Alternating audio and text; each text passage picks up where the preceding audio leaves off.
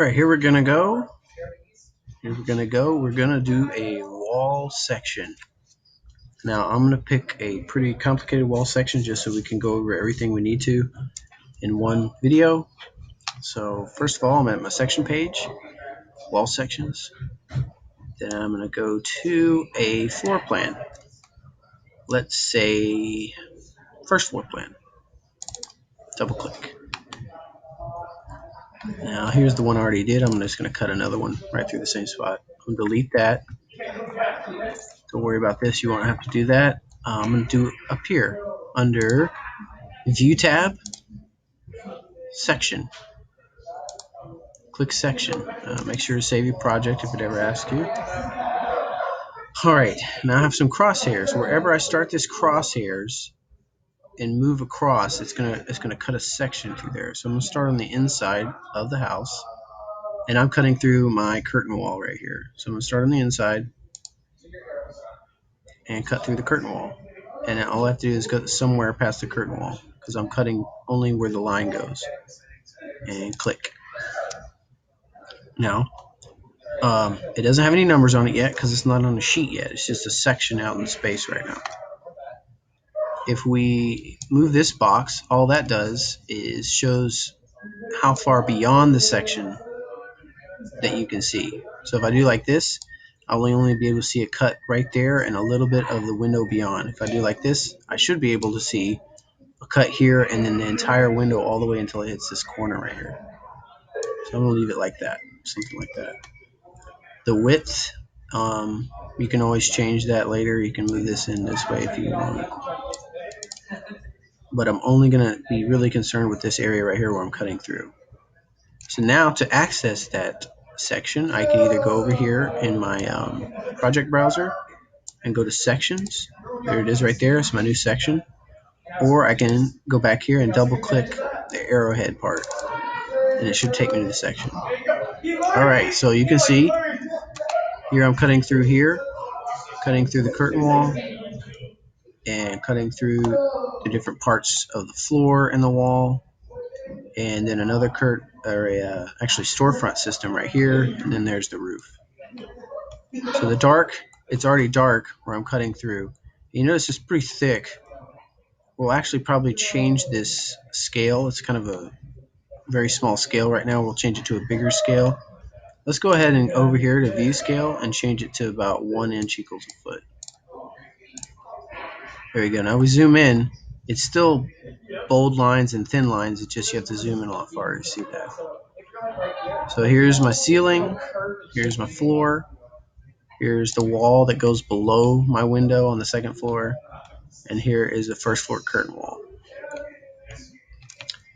Now the first thing I notice, my floor should be going all the way under this curtain wall at least. I probably drew it wrong, but we can fix that later. And the good thing about a section is you just kind of use this as a go-by to make the section. Like you're going to put regions and section cuts on top of this because they'll show on top of it, and you'll still see everything beyond. And I can even move this further if I want to, further to this direction. So I think I'm going to do that so I don't have to see so much of it beyond. And because I have piers under here holding up the building, they're over here out of sight. I don't even have to really show all this space underneath. So I'm just going to move this up to there. So the first thing I'm going to do, which you guys probably have the same thing, you have a concrete floor. This is a concrete floor. Or some type of floor. I'm going to assume it's concrete. So what we're going to do first, we're going to go to annotate. Annotations are everything like lines and stuff like that, and filled regions. So I'm going to go to line region, and right now we do not have one. For some reason it's not loaded any kind of concrete. So I'm going to go into edit type. I'm going to make a concrete filled region. So I'm going to say duplicate because you don't ever want to manipulate one of the original filled regions. So I'm going to say concrete. Okay. Then the fill pattern, I'm going to click here. There it is, concrete right there. See aluminum, there's some other stuff you could use. shingle, sand. But here's the concrete one. So I'm going to say, okay. It's opaque, line weight 1, it's black. Okay. So now I have a concrete filled region, and all I'm going to do is trace with either rectangle or line this area that's supposed to be concrete flooring. Just like we did with the food/pencil or whatever we cut through section a couple weeks ago. So you're going to say, okay. Now I have the spot where I cut through. There's the concrete I'm cutting through. And we're going to continue up from bottom to top. Anything we cut through, I either want to make it dark or have a pattern showing this being cut through. So my ceiling, here's my ceiling. It's supposed to be chipboard on metal stud. So really, I would go to region, field region, and you could say the ceiling is diagonal crosshatch, diagonal down transparent, whatever it is. Okay, so I'm going to say it's diagonal crosshatch, and I'm just going to fill this ceiling region in with that. Now, whatever's over here past the crop line, you won't see it, so you can just drag it over as far as you want. And let's see, let's go back down here. We're going to do, if we have a metal storefront, you can either make that solid black or just the outside thick solid black, so we can do that. Let's do just a thick shell of solid black, so we can do wide lines, rectangle. I'm going to do like this, just the outside shell. And if I did that, it'd be solid black, which you can leave it like that. The whole thing would be black. Now, if I do another one on the inside, like a tube, which is really the way it is, like this, then I say, okay, it's only going to fill in between those two lines, which is better.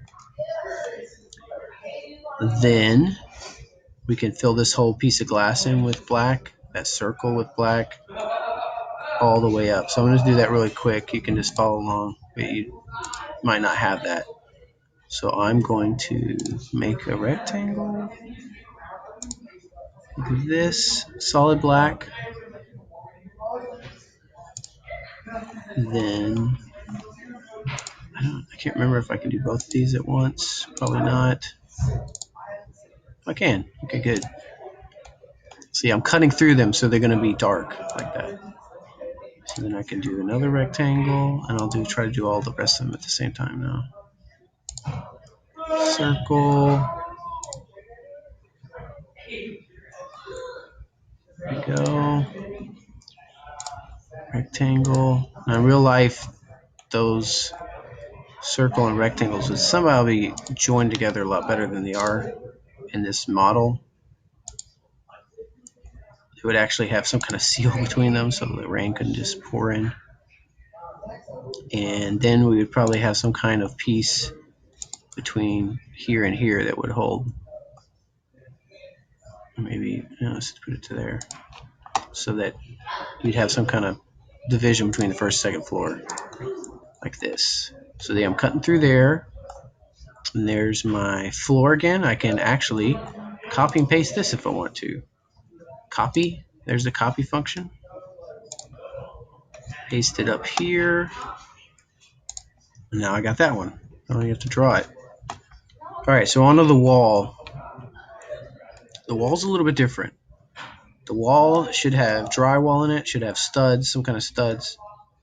So what we're going to do is we're going to go to region, or actually component, and I've already loaded the plywood and the drywall in. So if you haven't, you go to load family.